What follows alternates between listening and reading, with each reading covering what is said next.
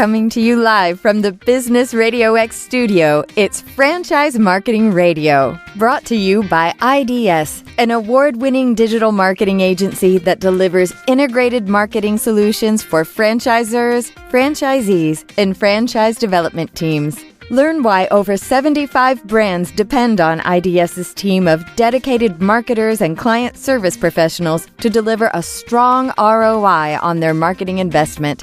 Go to idsfranchisemarketing.com for a complimentary digital audit and consultation. Welcome back, everybody, to another episode of Franchise Marketing Radio. I'm your host, Rob Ganley, and it's great to have you back. Today, we have a very interesting guest. We have the privilege of exploring the world of fine, fast casual dining and franchising. Our guest today is Grégoire Jacquet. He's a French-trained chef with a unique vision, and we're going to dig into that. In 2002, Grégoire brought to life a remarkable concept, a local restaurant that combines the quality of fine dining with the convenience of quick carryout. And we're going to dig into that because that is not an easy thing to achieve. His creation, Grégoire, became the first fine, fast, casual restaurant concept launching in the Bay Area, offering gourmet sandwiches, salads, delectable potato puffs. We're going to dig into what those are, and scratch-made French fries, all served in custom-designed takeout boxes, which again is by design. We'll talk about those boxes. And after 2 decades of delighting the local community in Berkeley, California, Grégoire is now expanding its horizons by offering franchising opportunities across the country. Today, we're going to dive in deep. With all that said, it's great to have you back, Grégoire. Welcome back. Well, thank you for having me again, Rob. It's nice to talk to you always.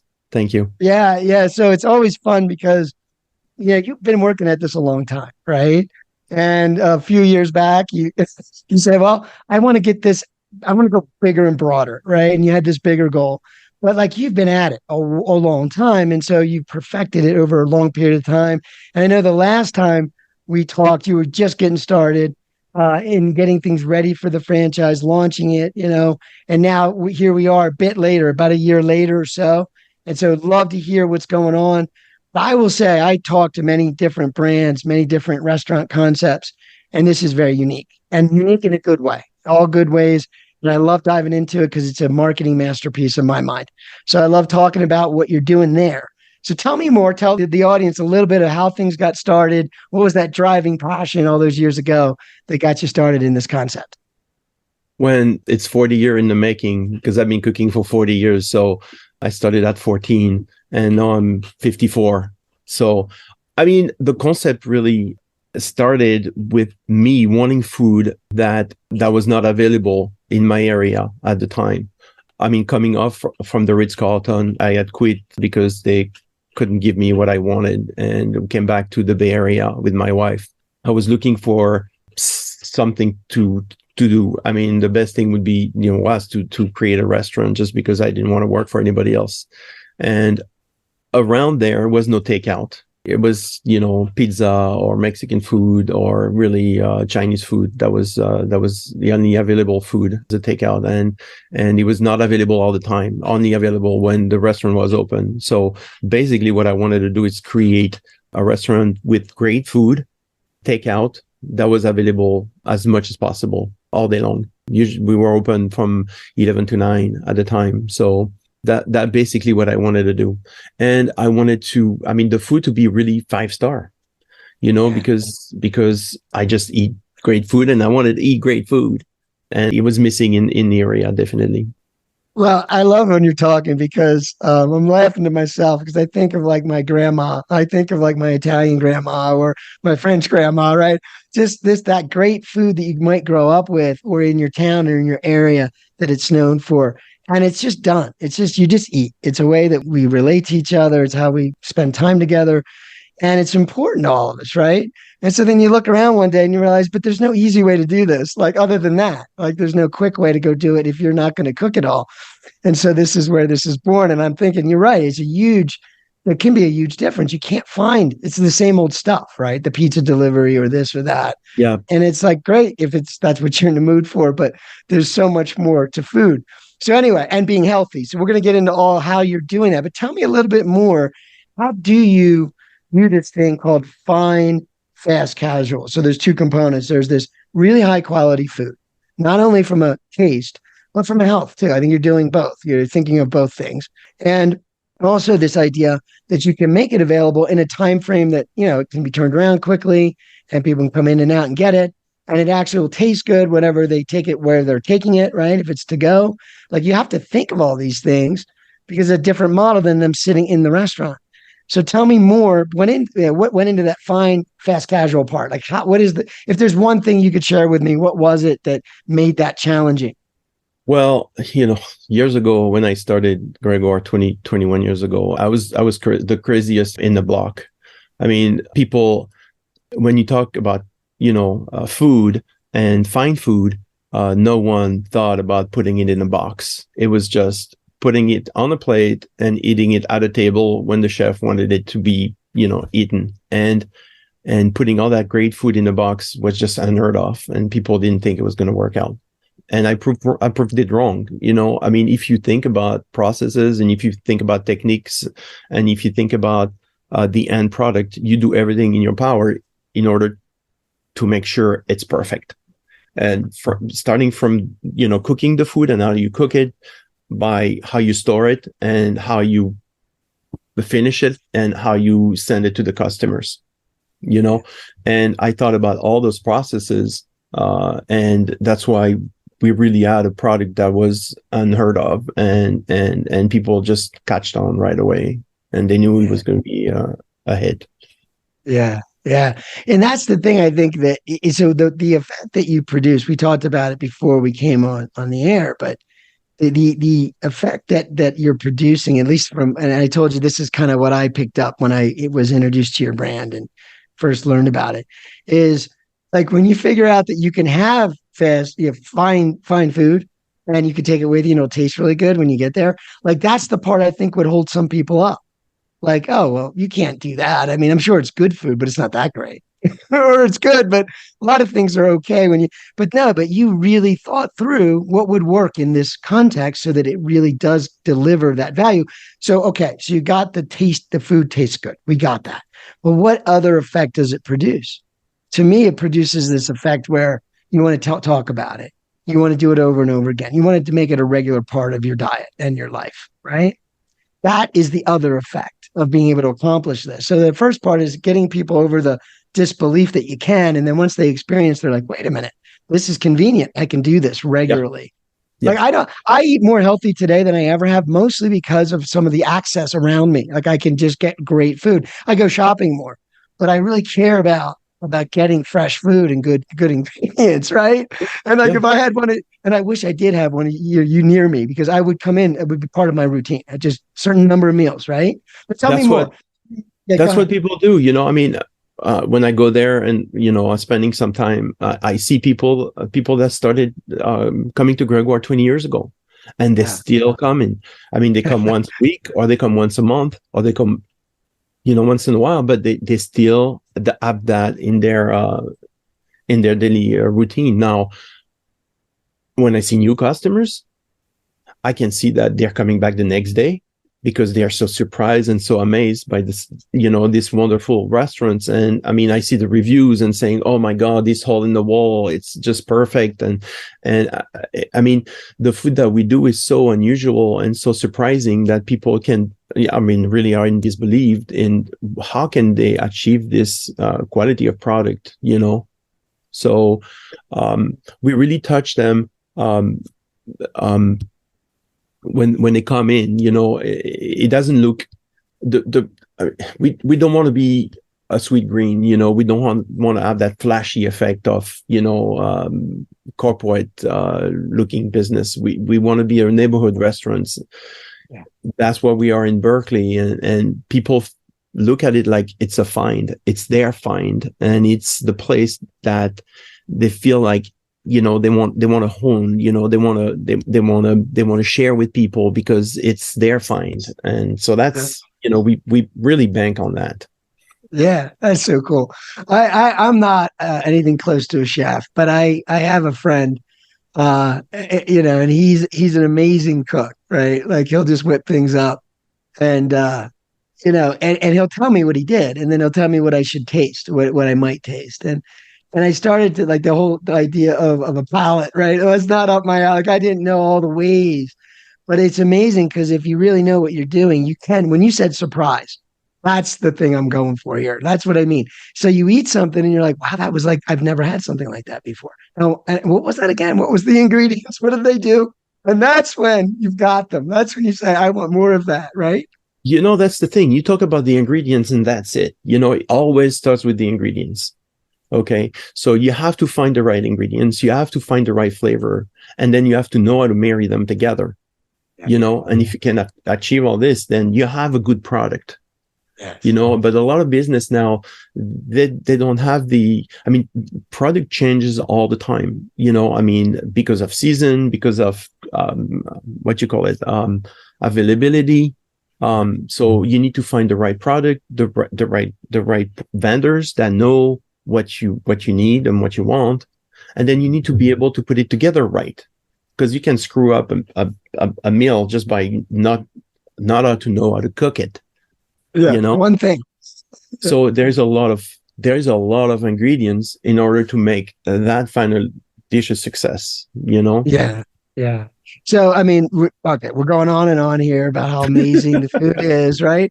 But we're talking about a business too, right? So here's the thing. Here's the thing I love talking about with this is that how do you do that? How does someone like me start that hole in the wall? And by the way, rustic. When I think of European and I think of like it's just really cool bakery or like that, it's like that's the effect, right? I love that. Yep. But so in terms of okay, so how do you pull that off? You're obviously bringing all these years of experience as a chef, and obviously pulling off that culinary experience the way we just said requires you do some things a certain way with intent. And so how does someone start a business like this in their neighborhood and pull that off? And you have an answer. You actually had to think that through so you could maintain the same effect, whether it's in Colorado or it's in the Bay Area. So tell me a little bit about how you're achieving that effect, a little bit about the hub and spoke or the hub concept that you have. Yeah. So, it took me, quite a while to think about how can I recreate these emotions in different area. And training the franchisee, because changing the menu quarterly is a big deal, is really a big deal. You need to, do all the preparations, and you need to organize, you need to buy, you need to do so much in order to make this happen. Actually, right now we're changing the menu. We're going to the fall menu on September 15th. And we're creating all the recipe right now in the back, and it's a daunting process. But for them, they won't have to do this because we'll do everything in the central kitchen that'll be located about 2 hours away from the franchise. So right now in the Bay Area, we'll limit the to about 30 to 40 franchise here with a one Bay Area hub, and we'll create all the product, all the preparation will be created in the central kitchen. We'll process everything, we'll weigh everything, we'll pre-cook everything, we'll portion all the sauces and everything, and the franchisee will just have to put in an order at night for all the prepared ingredients, and we'll deliver it to them the next day. So, and then at their level, they'll finish up all the product, finish up the sandwiches, bake the bread. Bake the like grill the bread or fry the puffs or fry the French fries. Just finish up the product and then serve it. That's it. Yeah, that's amazing. It's amazing in the sense that you can focus on other elements of the business and really build that sort of anchor inside that local area that you're in. But something else kind of clicked in my mind as you were describing this. And I'm thinking about the Bay Area, right? Because the Bay Area is as international, I guess, as you can get. So you have a lot of people there, a lot of different taste buds, a lot of different probably inputs that you get, right? And you've been doing this for years and years. So okay, that's the Bay Area, and it's really cool the way you described where you're going there. But you obviously are also heading into other markets. So tell me, like I'm in Colorado, different, definitely different. I wish the Bay Area food was here, right? We can't be as good as the Bay Area for food, but we had some good food here and there. But Yeah. how would you take that personality of the market that you're in, the local area that you're in? And it seems like you would probably customize just a little. There's some staples that are going to be consistent. But as you said, as the changing seasons and the market you're in affects, I'm sure, the approach you take. So tell me a little bit about that because I think it's also unique from a business opportunity point of view. It really it gives the local area, local owner really even more ownership, right? Like I'm here in Colorado a lot because I like the mountains. I like the lifestyle here. I did pick here on purpose, but the reality is, so there's a passion that we all have for our area that we're in sometimes. Yes. So how would you adapt a little, or don't you, have to? How would Yeah, that I work? mean, opening a new market is not a small potato. I mean, it's a big deal. Just because you need to find out, if your product and the product are available over there. The one that you use casually, like all your cheeses and all the things that are imported. So that's number one. Number two, you need to find farmers. You need to find vendors that can, bring the product to your culinary hub, and then and then people are different in every area, so you need to find out what they're like. You go around and you investigate of, maybe if you're in Texas, you put more meat or barbecue, or you're using different ingredients and different style of cooking in your in different area you are in. But definitely, yeah, there is a lot of work to do. And this is a great thing about having this type of franchise. It's you can really tailor your area, the culinary experience in every area you're in. It's and use this ingredients and people in order to do that. So Yeah, no, I think that's unique. I mean, I think that would provide somebody the ability to really just embrace what we've been talking about, which is really you want people to have that feeling. Oh, that was amazing. Like, how did you do that with this dish or this, these ingredients? So yes, again, so that's awesome. So let's go back now to the box because I know that we talked a little bit about this. And I know it's a minor thing. You think, it's just the box. They just put it in the food and how it goes. But you took it a little bit further than that. You felt it was important to leave an impact of sorts. And you and I talked about the marketing, sort of the marketing aspect of that, when it transfers to people. But tell us about the box. Tell us again how this approach works when you buy some food. What is the experience like? well, as I said, it's really, you said so. It's an experience. And years ago when I opened Grégoire, even before I opened the door, when I was working on the concept of what we were going to be doing, and I wanted to do takeout. I really looked at all the operations and from A to Z and to the table of my customers and see how can I really make it an experience, as you said, and looking at all the takeout container that were available then, it was nothing that really was good enough for my food. So I decided to go and learn a bit more about packaging and boxes, and we finally designed a box with the right cardboard, I say, in order for it to be, heat resistant and grease resistant, and in order to keep the food, the way I wanted it to be served, because it's something to go to a restaurant and have a beautiful plated dinner that's out of right of the kitchen, but it's something else to have some food put in a bag, in the box, in a bag, and drove 5 or 10 or 20 minutes away to your dining room, and then open it and find some food that's wilted or some food that's not up to standard.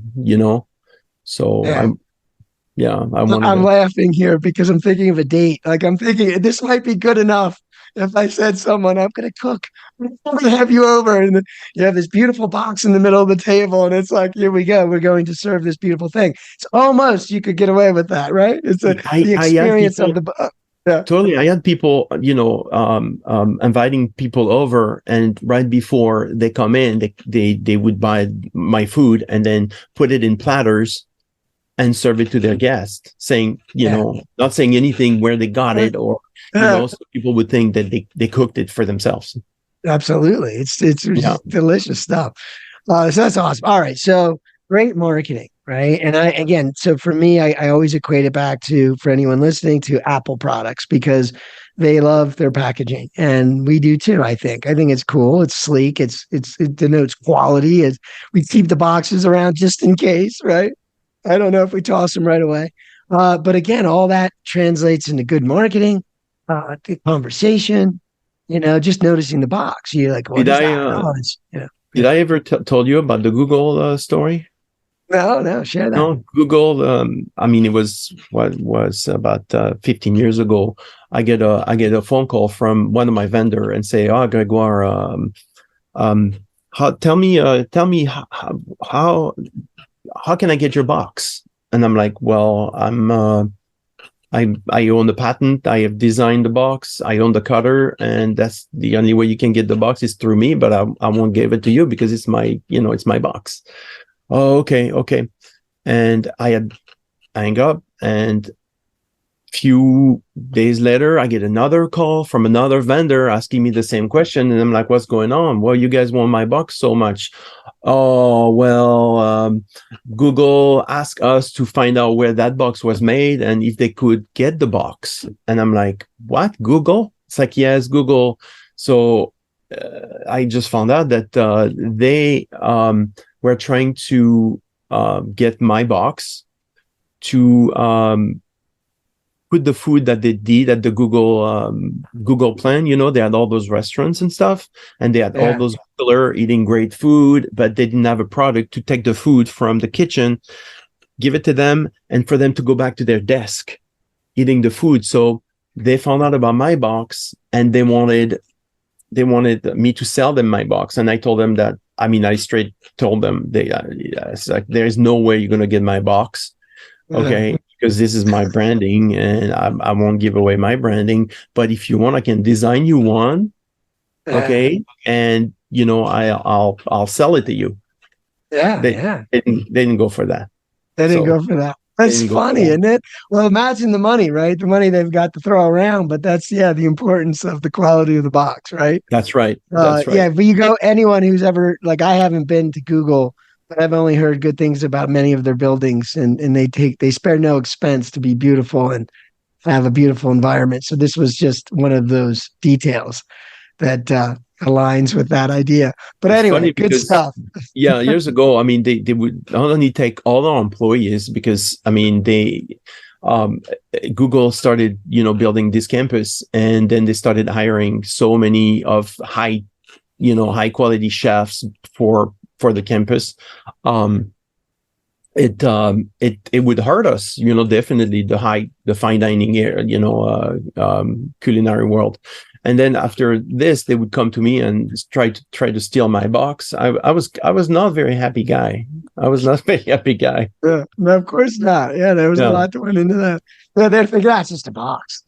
Yeah. No, I don't think so. Well, good stuff. Again, I wanted to bring that out because I don't know of any other brand that has a box, right? And I think that's important. A lot to be said for the marketing side of things. So if I just, for the audience sake, I would love to talk about, if someone does get started with you and launches a local restaurant, tell me a little bit about how that looks for them, and how, you've said to me earlier throughout our conversation, it took a while, right? It took 20 years of refinement and looking at details. And of course, technology has evolved. So go ahead and share a few of the details that you think make you guys unique in terms of supporting your franchisees. Well, first of all, as a franchisee, you will not have to worry about food preparation. So that's already number one. When you build a restaurant, franchise or not franchise, you have to think about all the elements. And one of the elements is the back of the house. Right. And the back of the house is half of what's going on. Okay. Because then you have the front of the house. Okay. So I, with Grégoire, eliminated not only the back of the house, but also the front of the house. So you have no waiter, no wait stuff at all. And then you have no preparations. What you have is a finishing kitchen. So you just have to worry about the finishing kitchen. Ordering as a breeze, because we do all the preparation. You have an app, you order every night. Very simple. So the only thing you have to do really is take care of the customers, making sure, the food is prepared right, and go out and really be an ambassador of the brand. And so I want community partners. I don't want chefs. I don't want, this is what I want. And it's very straightforward. You really focus on what makes you happy. It's making people happy. Yeah. And I think that, when I've interviewed other restaurant brands, and one of the key themes always that comes up is, when you're running a restaurant business, unless you're not running it, you're passively owning it maybe. But if you're running a restaurant business, you're in the people business, It's definitely something where you should want that, that's part of it, right? You want to interact with your employees, with your guests, and you want to continue to, and then of course the community and other businesses around you. So it is a people business, and you have to have the time. So back to, you take out all the day-to-day stuff that would have normally been full-time. You got the back office, you got hiring, you've got accounting, that's some marketing. We've talked about the box, but there's some blocking and tackling with marketing, right? You need website and different things. Tell us a little bit about some of the support. What are some of the foundational things that everybody needs related to like websites and digital marketing and things? Well, on the digital, I'm a tech guy, so I really like tech things. Gray area helps, right? Yeah.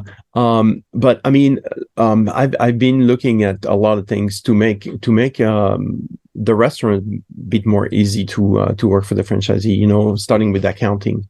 You talked about accounting.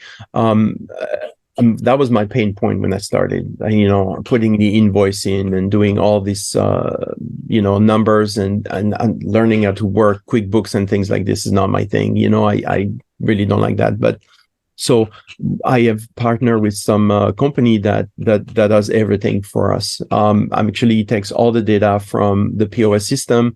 I have already a software system that does all the inventory and all the purchasing from our culinary hub. So this is all automatic.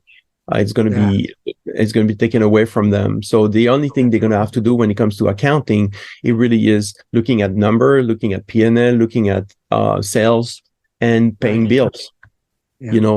Paying the bills. That's it. You just have to pay your whoever you buy food from, which can be us or PG&E, or just paying your monthly bills.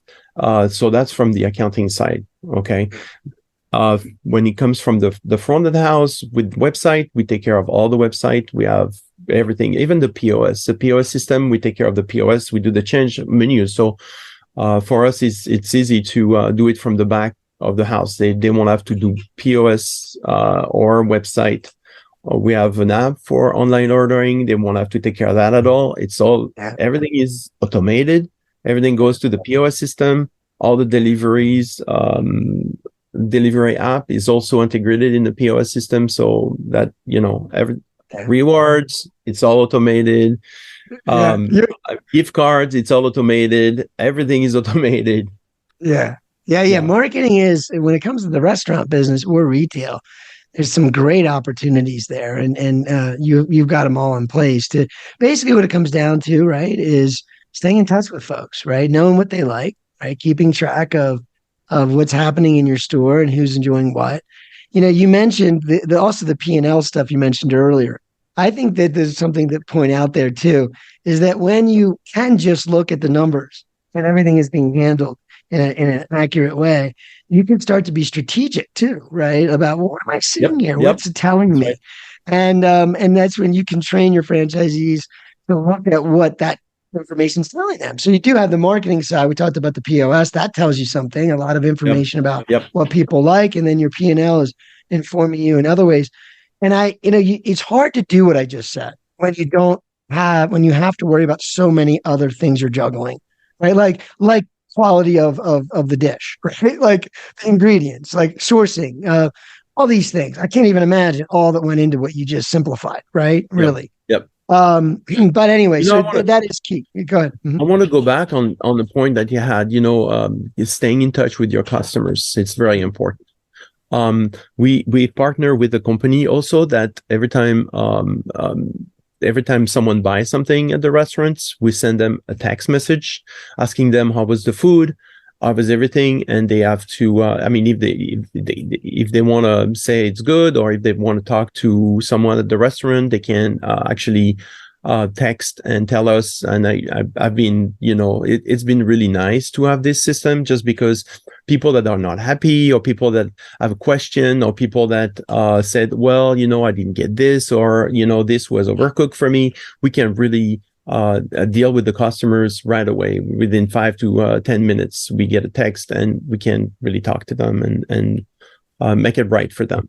So that's also another tool that we use in order to communicate with our guests. If they don't want to communicate with us, physically, they can do it this way as well. Well, that's, and I agree. And the fine dining idea is about service too, right? Doesn't mean you're perfect all the time. It just means that you want it to be perfect all the time. Yeah. And, but I love that. And so you're using technology to better serve. And that's it. I always say, technology, I'm a tech guy too. So you and I could probably talk for hours about this or that, right? But, if it's not affecting something in your business, a lever you can identify, right? And say, if we pull this a little harder, this is really going to have a great impact. And that's why we gather information. That's why we use technology. But if you don't have that, you probably need to focus on the things that matter most. And that's what you've done. Like when a franchise brand does that on purpose, right? Versus you're kind of out there running a restaurant, figuring out, well, maybe we ought to do that. Or I heard these guys do this. And so some sales guy called me recently and said I should do this. So it's good not to worry about any of that. Just to know this is what we have to focus on. And of course, you still have the benefit of being in a franchise brand where everybody collaborates. And I know that you'll always evolve and get more great ideas from franchisees as well. So just to kind of wrap things up, I wanted to make sure we have time, and tell me a little bit about where you're headed. I think most areas are open in the U.S. I know there's some that you're not focused on, but maybe you could share with the audience where you're headed, where you're prioritizing, and how people can get a hold of you.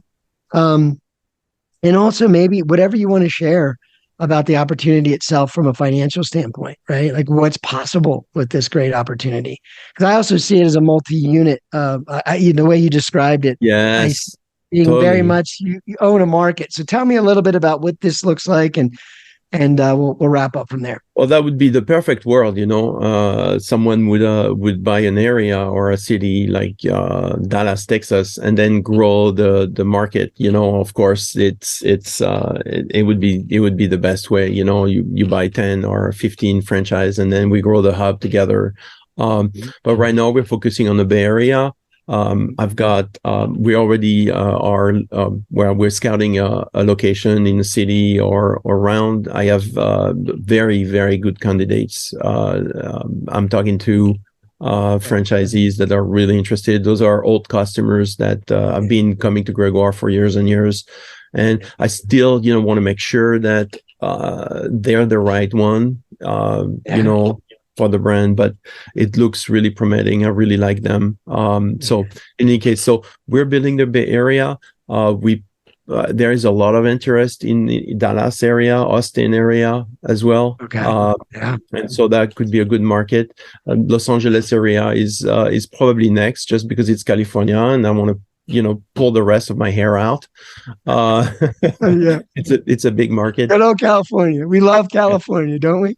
But yeah. But I mean, if you're a person that has has a love for food, really a love for food, and that always wanted to open a restaurant where the service is their passion, okay, where customer is their passion, employee is their passion, people is their passion, then they should really contact me, because they need to have also $240,000 available in order to open a store, which is not much for a fine dining establishment. No.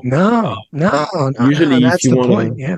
If you want a fine dining restaurant, you pull out at least $1 million. You need front kitchen, you need a back kitchen, you need the front of the house, you need back of the house, you need a lot more than $240,000.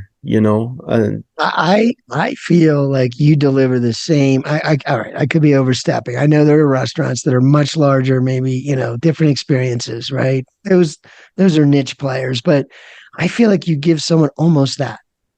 Like that's, you could be as proud about it. You could love your food. The experience is top notch. It isn't they go there and hang out for a couple hours or whatever that might be, but it is a similar effect. But a much different, like you said, it's a huge expense difference, a big different investment, right? If you go into a larger restaurant model. But I that's what I love about this. So it's like you can't find what you're doing anywhere. And I think from a local point of view, it's you're gonna have the same effect as you would with any successful franchise brand that does fast casual, except you've got this fine component for those that would rather have that kind of business at a much different price tag, but still have the same upside, bigger upside maybe. It have more, maybe smaller, smaller location, or smaller, more units. But the point is that you can do the same thing financially, and maybe much simpler. Yeah, even when it comes to the location, that to have a fine dining restaurant, you need 2,000 square feet. You need or more. With Grégoire, 500 square foot, you can really pump it out and make $1 million or above. So really is it's all open. It's all open canvas right there. Yeah, beautiful. Well, share your website with our guests again, so they can hone in on that and reach out to you if there's some interest. Yeah, so it's easy. GrégoireRestaurant.com. Let me spell it for you. GREGOIRE restaurant, RESTAURANT. Some people don't know how to spell restaurant still. But anyway, no worries, got it. And if you want the look at the franchise website, which I advise you to, there's a lot of things for you to look and learn about franchising, because I learned about franchising. I didn't know about franchising much, before I started, wanting to grow this way. So you go to my website, franchises, gfranchise.com. So that's an easy one, gfranchise.com. Okay. That's an easy one. That's a good one. Yeah. Call me. My number is 510-455-0494. I'm always here and available for anybody that wants to talk to me. It's a pleasure. And a lot of my guests do that. And I always tell people, take them up on it. These guys are brilliant guys. They're going to talk to you about business, and they've been doing this for so long, and they have such an amazing model. You learn every time you speak to someone. And franchising, it's so much about being in business, not by yourself, but for yourself, right? And there's so much skin in the game on both sides. It's a wonderful relationship that happens. And I, every brand that I work with, I respect the industry. It is a great way for people to get into business. Just about finding the right fit. And for a lot of people, this would be a cool fit. This would be a very cool fit. So with that, I appreciate you having you on the show today, Grégoire. And I hope to have you back again, hopefully in about a year. We'll keep, there you go. What the puff? Yeah, I see his shirt. Long live the puffs. That's it. I love potatoes. The potato puffs. You do not have to twist my arm for those. All right. Well, I appreciate you again. And to our listeners, we hope you gained some valuable insights today. And thanks again for listening. Robert, thank you for having me over. It's always a pleasure. Anytime, please. Thank you. You got it. Appreciate you. Bye.